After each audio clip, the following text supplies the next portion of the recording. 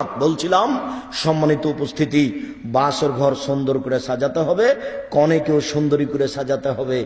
একাধিক সহিহ হাদিস। বাসর ঘরে আপনার শরবত মিষ্টিও থাকবে। আসমা বিনতে ইয়াজিদ বলছেন যে আমি এক গ্লাস দুধ শরবত নিয়ে ভিতরে ঢুকলাম, আয়েশাকে বললাম যে তুমি এটা নাও। অন্য বর্ণনা এসেছে আল্লাহ রাসূল আয়েশার হাতে দিচ্ছেন, আয়েশা তুমি নাও।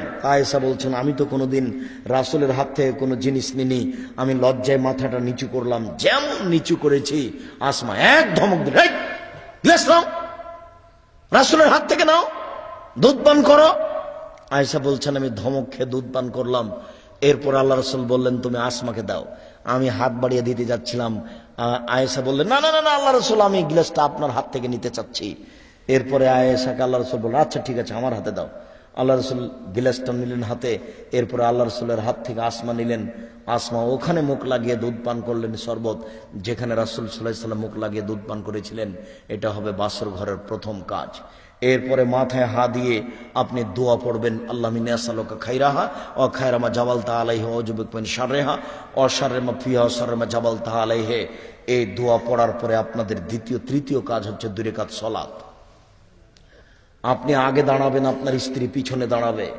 স্বামী স্ত্রী কোনো সময় পাশাপাশি দাঁড়িয়ে এক সালাত আদায় করতে পারে না। স্বামী স্ত্রী কেন মা দিয়েও হবে না, মা কেন দাদি দিয়েও হবে না, দাদি নানি মা কেউ পাশাপাশি দাঁড়িয়ে এক সালাত আদায় করতে পারে না। তবে আপনি আপনার নিজের সালাত আদায় করছেন, আপনার স্ত্রী তার নিজের সালাত আদায় করছে, তখন পাশাপাশি দাঁড়াতে পারেন। কথা বুঝতে পারলেন না মনে হয়? নিজ নিজ সালাত আদায় করছেন তখন চলবে। 2 রাকাত সালাত আদায়ের পরে লম্বা দোয়া। এরপরে আপনি দাম্পত্য জীবনে যাবেন।